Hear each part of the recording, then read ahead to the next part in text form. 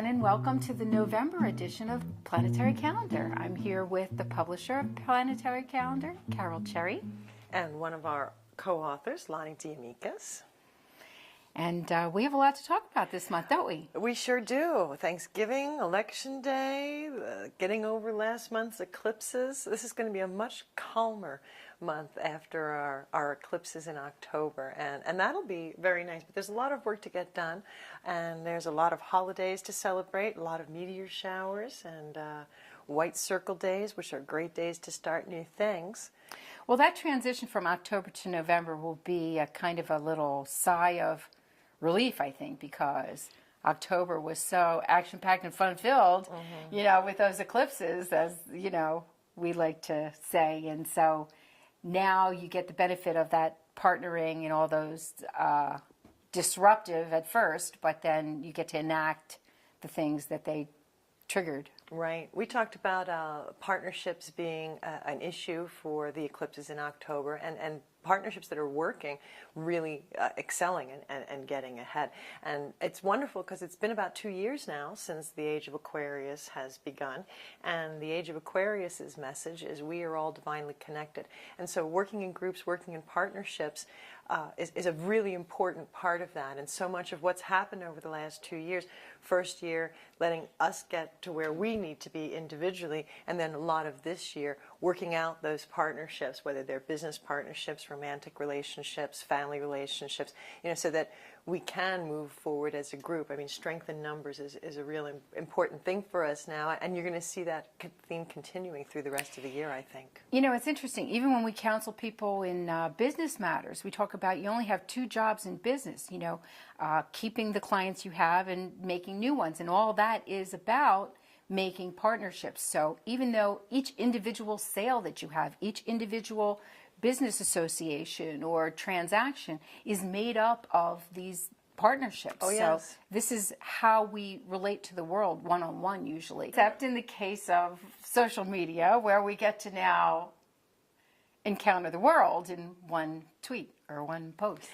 And it's more than just our customers. When you're in business, you have suppliers. You have, you know, the printer, the electric company, the phone company, you know, all of those relationships. And certainly you've had your share of phone issues over I have the last phone 2 karma. years. I don't know if it's the Scorpio sun or the Taurus moon or the Mercury in Sagittarius. I'm pretty sure I could blame it on the Mercury, but yeah. Yeah. And even our neighbors, you know, people who aren't exactly, you know, a customer or a supplier, but they are someone that needs to be taken into account in your day-to-day life. You know, living next to a restaurant that's just gotten a music permit, you know, you need to work together with their friends and neighbors. So it's a lot about relationships. Well, and like I said when on the lead-in about our transition from October to November, isn't that nice? We've got white circle days to start off the month, and more importantly almost, there's no black box days. So white circle days support what you want to do. If you want to change something, start a new project, have a new activity, have a new idea, have a new way of being, if you choose the starting point as a white circle day, you've got all the support and none of the drawbacks.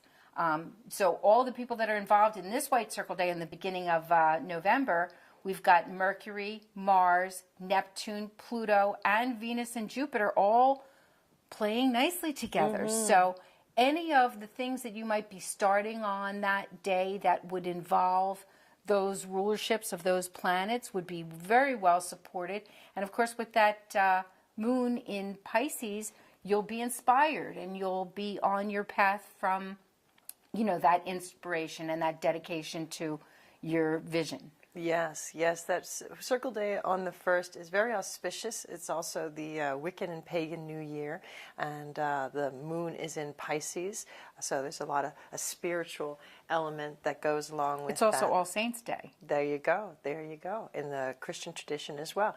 But the big event, really, we have 2 really big events this month, and that's Election Day and Thanksgiving.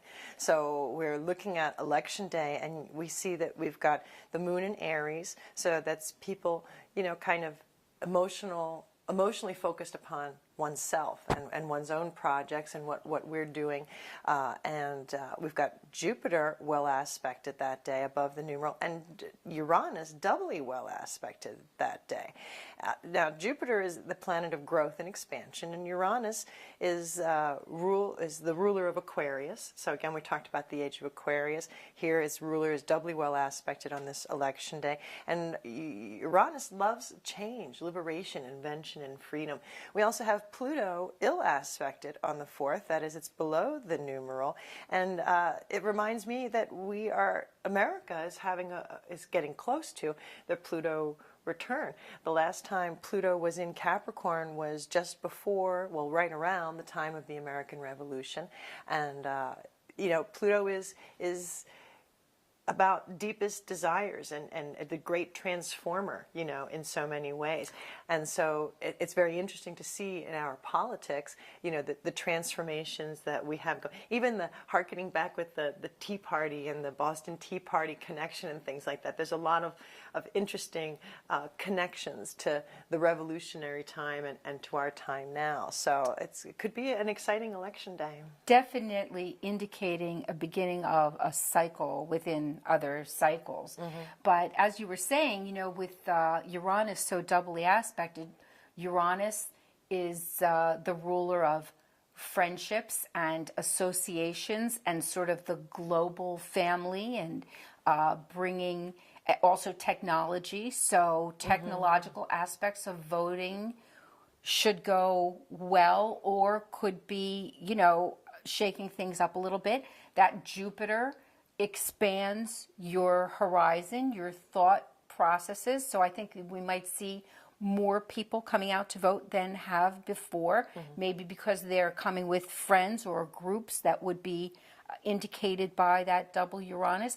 And I'm not so upset about Pluto being below the numeral or not too well in sync with the moon, because it makes Pluto a powerful catalyst, which is something that Pluto does really well anyway. It's that powerful motivation while hidden, but that motivation to take charge of your own power. In fact, we often say that voting is the one way that you really sort of assert your power in the world. And because Pluto is the modern ruler of Scorpio, whereas Aries ruler is Mars, and that is also the ancient ruler of Scorpio, that whole scorpionic use of power is doubly amplified. So even though it's not in a classically good relationship with the moon, it's not really a bad position for Pluto, because Pluto does behind the scenes very well.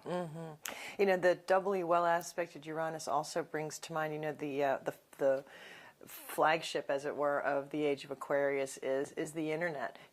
Talk about divinely connected. Humans have never been so directly and intimately connected with worldwide population as we are today. And Facebook, of course, by now Facebook is the poster child for the age of Aquarius. And I think that a lot of the political commentary and things that we've seen all year long, are going to play a role in this as well. I've seen a lot of people posting, these are the senators that voted for this, or these are the congressmen that voted against that, and that kind of information has never really been so easily at our fingertips before. And so I think that it might be an excellent time for us to really be able to make our politicians accountable for what they've been doing and trying to steer the ship in the direction that people really want to go in, and so it's very interesting and exciting. We'll have to keep our eye on Election Day this year. I think you make a good point, because we've heard it many times, and again recently, that there's a high percentage of people who get their news and information through Facebook. And, that's one of those, could be good, could be bad. But if people were not ever connected to news, either locally or globally, it's a way for them. Certainly they get it through the filter of their friends and other people that are posting, but at least they're getting something. And it's a catalyst for them to begin to make decisions of their own and be involved and realize that they don't live in a microcosm and they can connect with people who, and maybe they find a similarity with people who, from their own age group or of their own choosing, you know, and they help to develop their own ideas. So I think it's a good thing. It's true, and that's an interesting thing about Facebook and the internet community, is that this is really the time when people are able to get news and opinions from individuals rather than news sources. You know, no matter how unbiased news used to be, I mean, more and more it seems biased on whatever slant, you know, their constituents, their viewers are focused on, you know. And so it's very, very interesting to be able to speak directly to, you know, residents of different countries and hearing their particular opinions and stuff. It's changing the face of politics and the world in so many ways. And then the next day we're going to have the meteor showers start. As if to celebrate. That's right. Fireworks for whoever. Who knows? I mean, it certainly underscores the fact that double Uranus will make it an exciting day. I mean, I know it's not the presidential election, but, you know, when you get the issues like people are so focused on right now. People are very passionate about a lot of the different issues. So with the meteor shower is going to be there on the 5th and the 6th, and they are the Taurid meteor showers. So you'll be looking towards the constellation of Taurus while the moon is in Taurus, actually, as it happens on the 5th and 6th. And then we have the full moon on the 6th, and that is, full moon is always an interesting time if you work in the medical profession, hospitals, if you work for the police, if you work for the food service. You can often see the surge of emotional energy that comes along with the full moon very oftentimes. And full moon very often brings things to light, and right on the heels of the eclipse, or the elections rather, I think that'll be interesting as well. You know, so you want to be careful driving during the full moon.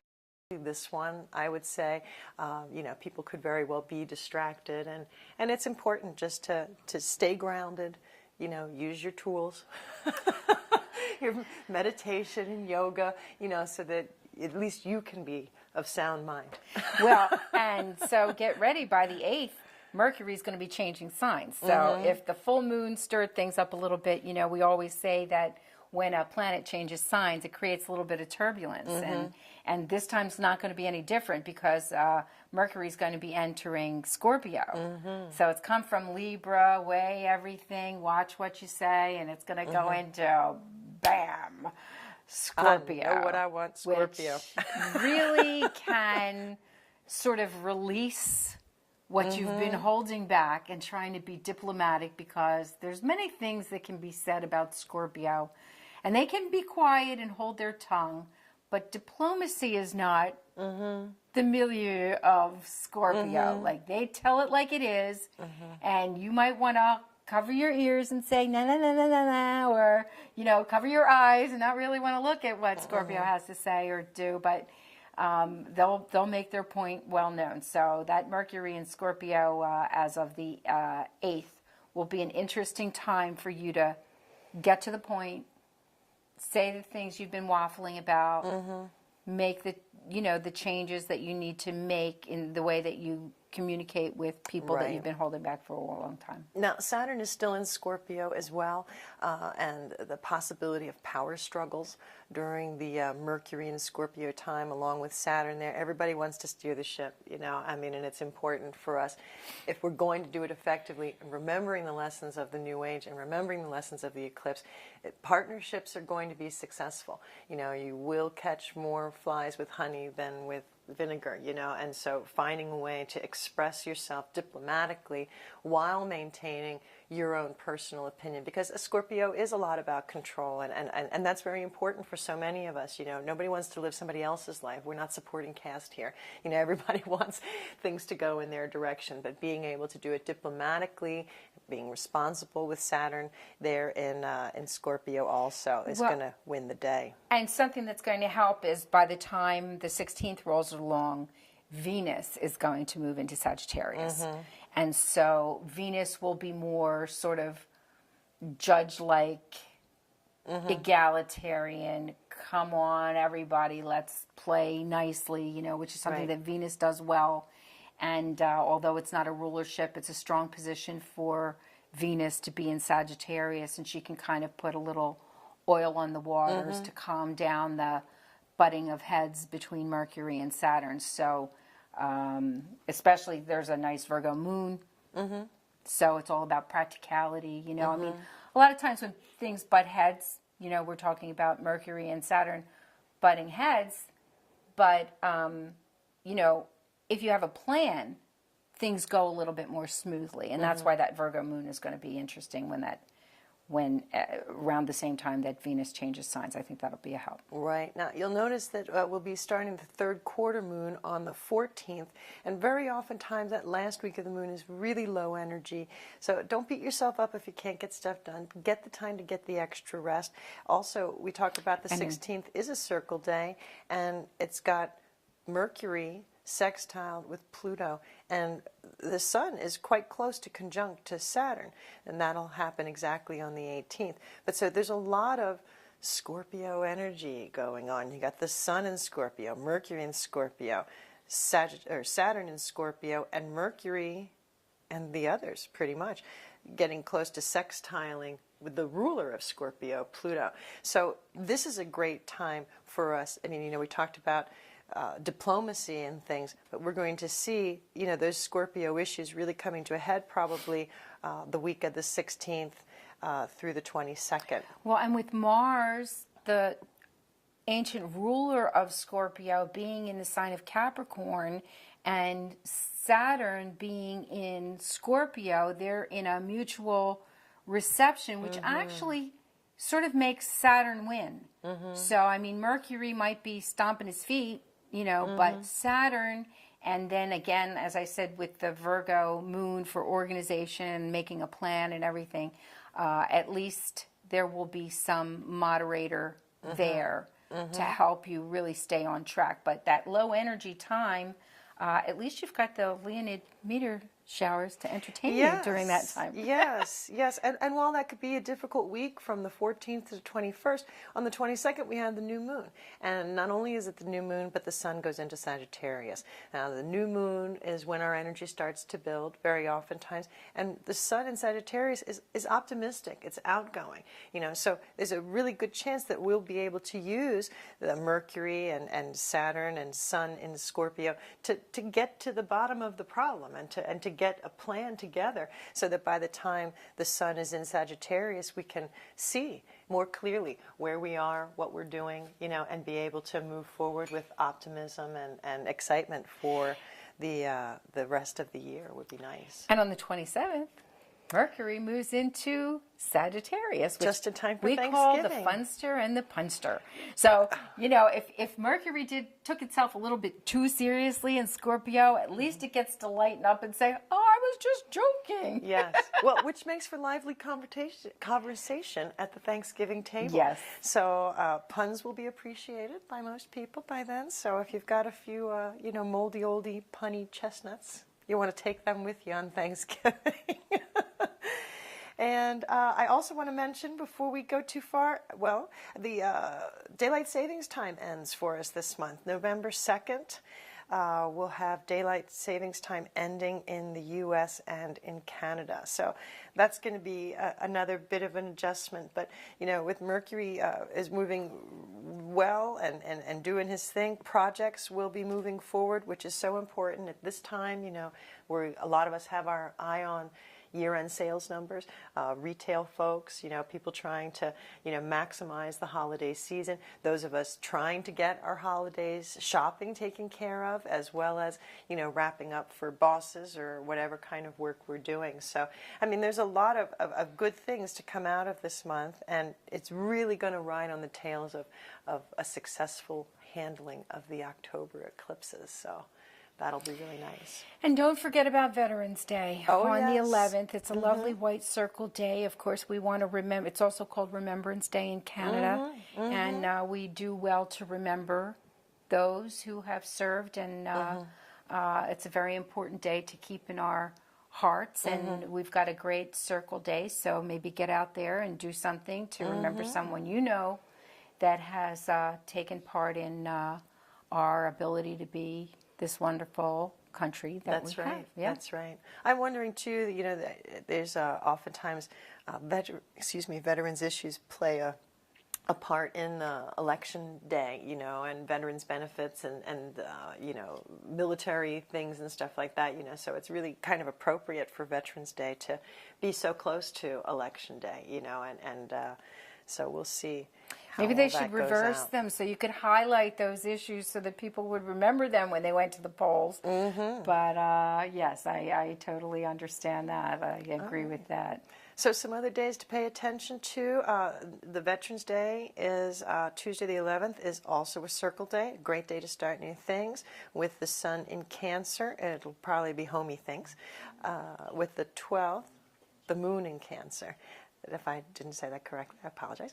And on the 12th, we have Venus conjunct Saturn. That's a really good day to be responsible in your primary relationship. Might be a good day to get married. I don't know if, you know, autumn weddings. Well, we would have to look at wedding charts for you, because when we do wedding charts, one of our favorite things to do, but when we do wedding charts, we look at each person's individual charts. But certainly a romantic day for sure. Yeah. Well, and with Saturn, it's a good idea. It's interesting to be official in your relationship, you know, so it might be a good day to pop the question even, perhaps, you know, that kind of an idea.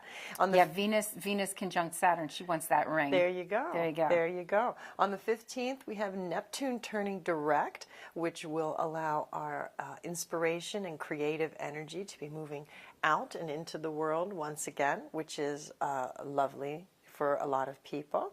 And a little bit of turbulence, but because again, whether it's going forward or backwards, creates a little bit of turbulence in the sign. But Neptune is so dreamy, and you know, you don't, and so far away that you don't feel that turbulence quite so much. Although you might sort of spark those ideas that you had thought of in the past, and you may want to be able to move forward with them. I find that when Neptune changes direction or changes sign sometimes, that we can see a real difference in our sleep habits. You know, sometimes it's hard to sleep, sometimes you can't get up, sometimes you have extra dream energy and things like that, and you know, that's always very interesting when Neptune changes, because he really does affect our dream and sleeping habits as well. And you know, Neptune is the modern ruler of Pisces, and I always think it's funny that George Washington was a Piscean, and he loved to dance, which is a Piscean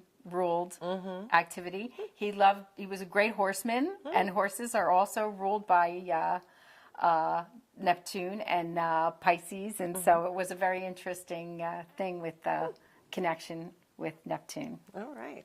The 16th of November is our last circle day of the month, with the moon in Virgo that day. It's probably the day to start cleaning up the house and get ready for Thanksgiving. Start thinking about the menu and tidying up, trying to wrap up loose ends, you know, in this last week, so that in the week that follows, the 24th through just about the end of the month, you know, that we can relax. You know, I mean, Virgo likes to get her responsibilities done, and that's a great circle day to be able to do those things. We also have Mercury sextiled with Pluto on that day, so that might be a good day to talk about our innermost desires and needs, and have those conversations as those energies are working well together. And then the Leonid meteor showers happen on the 17th and the 18th. We generally try to have information on our Facebook page, the Planetary Calendar Facebook page, about when and where to look for the meteor showers. And 2 meteor showers this month, the Taurids, like I said, on the 5th and the 6th, and the Leonid meteor showers on the 17th and 18th.